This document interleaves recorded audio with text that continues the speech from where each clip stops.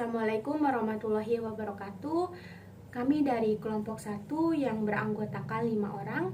Yang pertama ada Adetia Herman Pelani, yang kedua ada Nur Alifah Hermawan, yang ketiga ada saya sendiri yaitu Ita Priliani, yang keempat ada Septian Nur Susanti, dan yang terakhir ada Tubagus Chandra Saputra.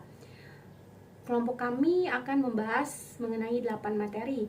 Yang pertama ada definisi penganggaran, yang kedua ada definisi ramalan penjualan, yang ketiga ada jenis-jenis anggaran, yang keempat ada ramalan dan penganggaran penjualan, yang kelima ada manfaat anggaran penjualan, yang keenam ada konsep anggaran penjualan, yang ketujuh ada laporan anggaran penjualan, dan yang terakhir ada laporan ramalan penjualan.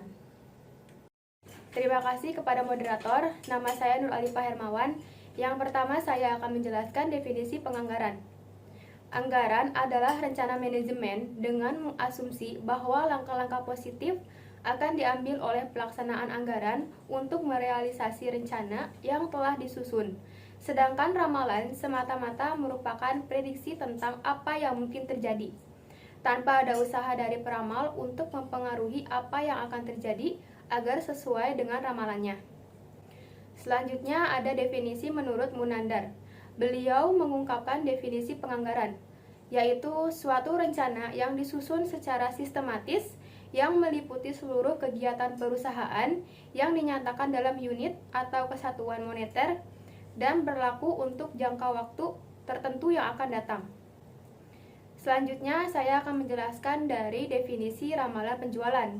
Adalah suatu proses aktivitas memperkirakan produk yang akan dijual di masa mendatang dalam keadaan tertentu dan dibuat berdasarkan data yang pernah terjadi atau mungkin akan terjadi. Terima kasih. Selanjutnya, saya kembalikan kepada rekan saya. Saya Adetia Herman Pelani akan melanjutkan materi dari Nur Alifah. Teknik membuat ramalan penjualan. Yang pertama, kualitatif. Ramalan jualan dengan menggunakan judgement atau pendapat seseorang, bisa dari salesman, sales manager, pendapat para ahli, atau survei konsumen. Sering digunakan perusahaan kecil dan perusahaan yang menghasilkan sedikit produk. Selanjutnya ada kuantitatif. Perhitungan berdasarkan hitungan statistik atau data, menggunakan metode distribusi probabilitas, sering dijadikan untuk analisis industri. Selanjutnya jenis-jenis anggaran. Anggaran penjualan dibagi menjadi dua. Yang pertama, anggaran operasional meliputi anggaran penjualan, produksi, pemakaian bahan baku, pembelian bahan baku, tenaga kerja langsung, biaya overhead produksi, beban pokok penjualan. Beban pokok penjualan terbagi menjadi beban penjualan dan beban administrasi. Yang kedua ada anggaran keuangan, meliputi anggaran laba rugi, anggaran kas, dan anggaran neraca. Sekian dari saya. Saya Tubagus Chandra Saputra. Di sini saya akan melanjutkan presentasi dari rekan saya Detia. Selanjutnya yaitu manfaat anggaran penjualan. Manfaat anggaran penjualan yaitu dasar penyusunan anggaran. Yang mana manfaat penyusunan anggaran antara lain sebagai perencanaan terpadu, pedoman pelaksanaan, alat koordinasi, alat pengawasan, dan alat evaluasi. Kemudian menjadi ujung tombak dalam mencapai tujuan perusahaan dalam memperoleh laba. Yang mana berhasil tidaknya sebuah perusahaan bergantung pada keberhasilan bagian penjualan dalam meningkatkan penjualan. Selanjutnya konsep penganggaran penjualan. Komponen-komponen pokok konsep anggaran penjualan terbagi dua, yakni dasar penyusunan anggaran yang terdiri dari menyusun tujuan perusahaan, menyusun strategi perusahaan, menyusun forecast penjualan. Yang kedua, menyusun anggaran penjualan, yaitu anggaran promosi dan advertising, anggaran biaya-biaya penjualan, dan rencana pemasaran. Selanjutnya akan dilanjutkan oleh rekan saya. Terima kasih. Terima kasih kepada Tubagus. Saya Septian Nur Susanti akan melanjutkan penjelasan materinya. Di sini diketahui dari hasil penjualan AC, kulkas, TV dari PT Elektronik Terang Jaya selama 5 tahun terakhir, yaitu dari tahun 2016 sampai tahun 2020. Yaitu bisa dilihat di tabelnya. Dari tahun 2016 sampai 2020 mengalami kenaikan, di mana tahun 2016 penjualannya sebesar 146 pieces, 2017 151 pieces, 2018 169 pieces, 2019 183 pieces, dan yang terakhir 2020 169 pieces. Selanjutnya ada anggaran penjualan. Bisa kita lihat di sini terdapat 4 triwulan dalam 1 tahun, di mana nilai rata-rata bisa kita peroleh dari jumlah triwulan dibagi dengan kuantiti tahunnya. Sehingga dalam 1 tahun bisa kita peroleh presentasinya yaitu 100%. Selanjutnya ada harga untuk 3 produk dalam 2 kota, yaitu kota Jakarta dan kota Karawang. Untuk harga AC di kota Jakarta itu 500.000, sedangkan di kota Karawang 650.000. Untuk harga kulkas di 2 kota ini harganya adalah 1 juta. Dan harga TV untuk kota Jakarta itu 800.000, sedangkan untuk kota Karawang 850.000. Selanjutnya ada distribusi untuk 2 kota, di mana AC untuk kota Jakarta 80 pieces, untuk kota Karawang 72 pieces. Sedangkan untuk produk kulkas di Jakarta 60 pieces dan untuk kota Karawang 55 pieces. Dan yang terakhir untuk TV, distribusinya untuk kota Jakarta 75 pieces, sedangkan Karawang 68 pieces. Selanjutnya bisa kita lihat data daerah penjualan pada jenis elektronik, di mana pada triwulan pertama di kota Jakarta pada produk AC kuantitinya menjadi 18,94 pieces dengan harga 9.472.000. Untuk produk kulkas kuantitinya menjadi 14,21 pieces dengan harga 14.208.000, dan untuk produk TV kuantitinya menjadi 17,76 pieces dengan harga 14.208.000, sehingga dalam 1 tahun dapat diperoleh 160 juta.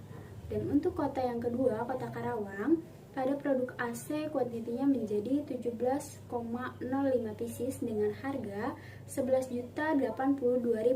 Untuk produk kulkas itu kuantitinya menjadi 13,02 pieces dengan harga 13.024.000. Dan untuk produk yang terakhir yaitu kuantitinya menjadi 16,1 pieces dengan harga 13.687.000 dan diperoleh dalam 1 tahun menjadi 319.600.000. Untuk data jualan dapat menyesuaikan per triwulan, per bulan, ataupun per tahun. Sekian penjelasan materi dari saya kembalikan kepada moderator. Sebelumnya, terima kasih kepada Sepia. Saya Ita Apriliani. Di sini saya akan menjelaskan mengenai ramalan penjualan. Pada ramalan penjualan, kami menggunakan metode Least Square selama 5 tahun terakhir, yaitu tahun 2016 sampai 2020, dengan masing-masing penjualan, yaitu pada tahun 2016 146 pieces, pada tahun 2017 151 pieces, pada tahun 2018 yaitu 169 pieces, pada tahun 2019 yaitu 183 pieces, dan pada tahun terakhir yaitu tahun 2020 sekitar 169 pieces. Adapun cara perhitungannya sebagai berikut. Kita ambil dari 5 tahun terakhir, dan tahunnya itu ada tahun 2016 sampai 2020, yang dimana masing-masing penjualan setiap tahunnya itu akan berbeda. Untuk mengenai X, kita akan mengambil bahwa pada tahun awal, yaitu di tahun 2016, kita menggunakan 0.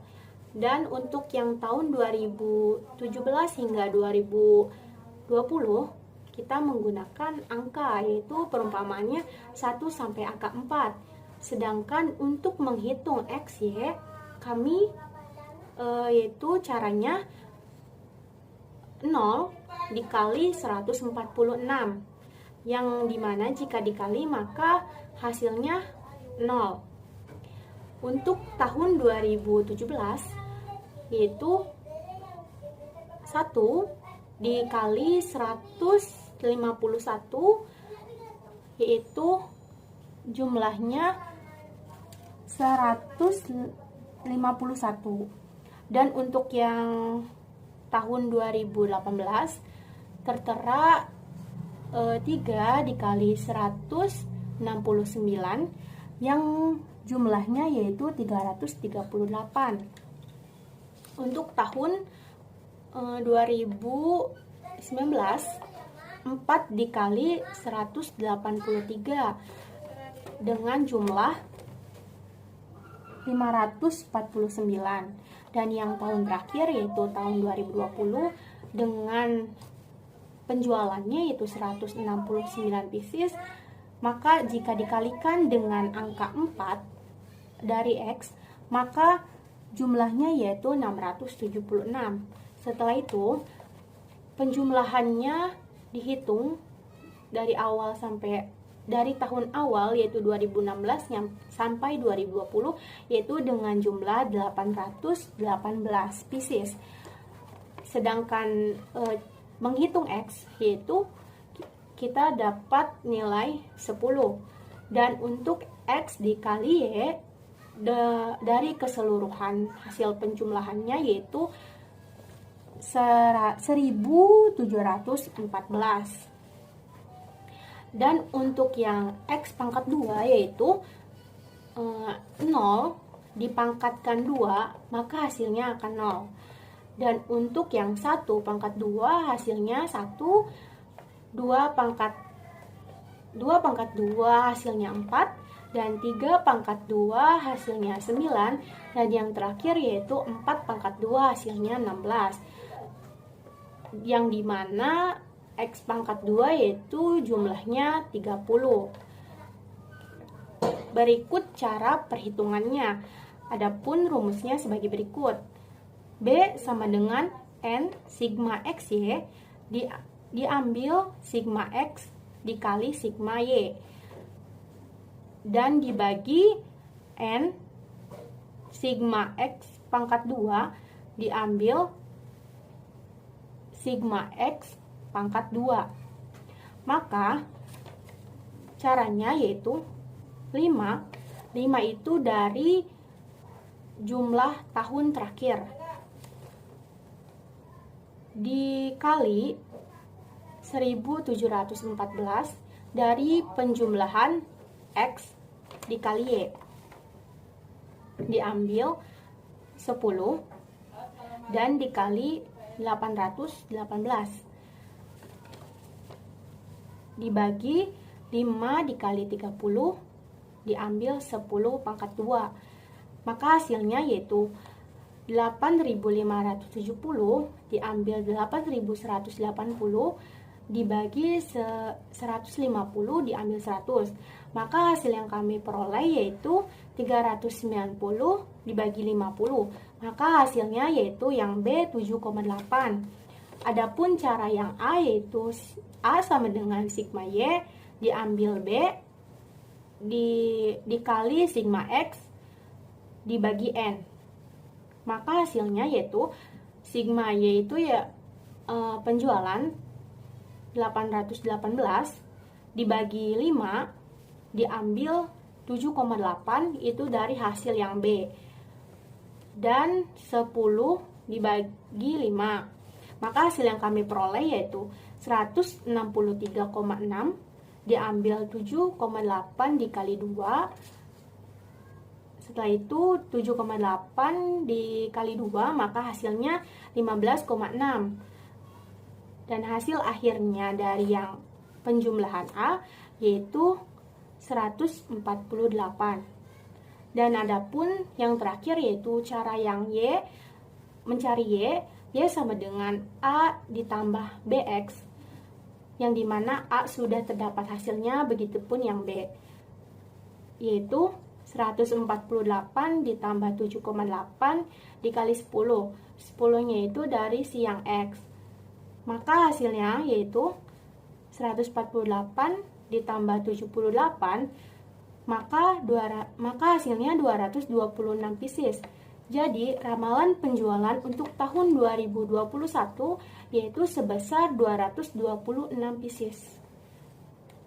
Berdasarkan hasil diskusi perhitungan yang telah kami lakukan pada PT Elektronik Terang Jaya, maka kami menarik kesimpulan bahwa anggaran penjualan pada PT tersebut telah berperan sebagai alat perencanaan dan pengendalian penjualan.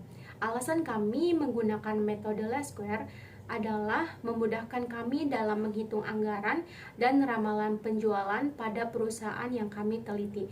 Sekian dari kelompok kami, kurang lebihnya mohon maaf. Wassalamualaikum warahmatullahi wabarakatuh.